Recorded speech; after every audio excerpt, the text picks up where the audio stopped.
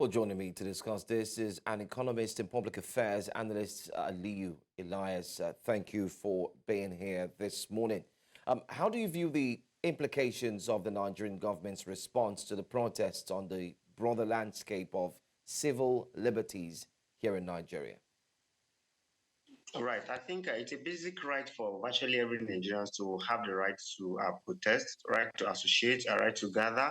However, when it comes to Nigerian factor, you see that it's becoming a criminalized offense for you to actually go out to actually ask, maybe protest or air out your rights. But it's quite saddening and appalling that you see that government protesters are allowed to actually carry out their own protest, but for anti-government, they are not allowed at all. At all. In fact, I was challenged yesterday when I went out.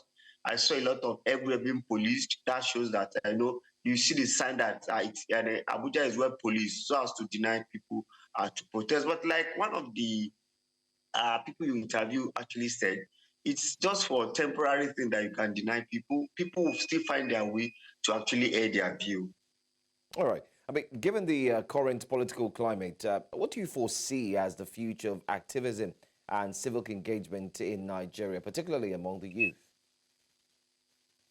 Right. If you notice, even government is reacting to it because if you see in the wide broadcast of President Bola Ahmed Tinubu, he actually said there will be 30 days conference for the youth. That's a sign that he's reacting to what is happening and he thinks that there's a need to really get a way forward for the youth. I think gradually it's making meaningful. They are getting what they actually plan to achieve. But, suppression is just the major problem. Then the way we are criminalizing protest is becoming one problem too many that we need to really review, because protest in the past has been normal tools to really make government to adjust their policy. I mean, you just talked about what the president said, talking about the 30 days confab. What's your thought on that? Do you think that's quite relevant at this time? And 30 days, a lot of persons have talked about it being too much, too long for 30 days.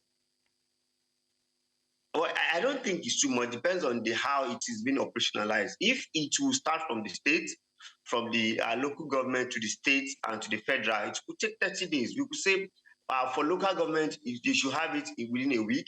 For state, it should be 2 weeks. Then they come to Abuja to finalize it as it were. But it depends on the modalities. I don't think it's too much to prepare for the future of youth. I don't think 30 days is too much because there's a lot to discuss.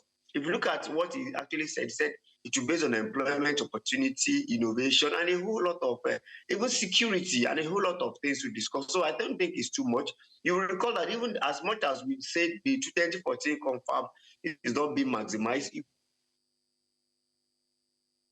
there are some facts that still came out there that we can still, perhaps this is youth. And, for the next 30 years, this youth will still be in the leadership position. So it's good we channel a way forward, chat a way forward for the youth. I don't think it's too much. Depends on how it's been planned. All right. Anyway, let's look at the economic perspective now. What are the implications of the government's response to the protesters, as we saw on TV screen, and what has been taking place, especially on investor confidence and foreign direct investment in Nigeria? I mean, the world is watching as well. Right. As a business person, either global or local, you have to consider your environment first when you want to do business. Is it well secure? What's the level of volatility? What's the level of policy someone sought? These are the things every business will put in place before they come to invest, because it is not a temporary business. It's business that you may be expecting your profit next 5 years or 10 years. So you'll be looking at the volatility of that. And the way government is reacting to the protest, is making it to have a serious tension. Like I said, if you go to Abuja Metropolis, you see a lot of everywhere being police, which is not good for business climate. I want to say thank you for your time, Mr. Aliyu Ilias, public affairs analyst, for joining us to discuss this current situation regarding the protest, and not forgetting to the police. Thank you for having me.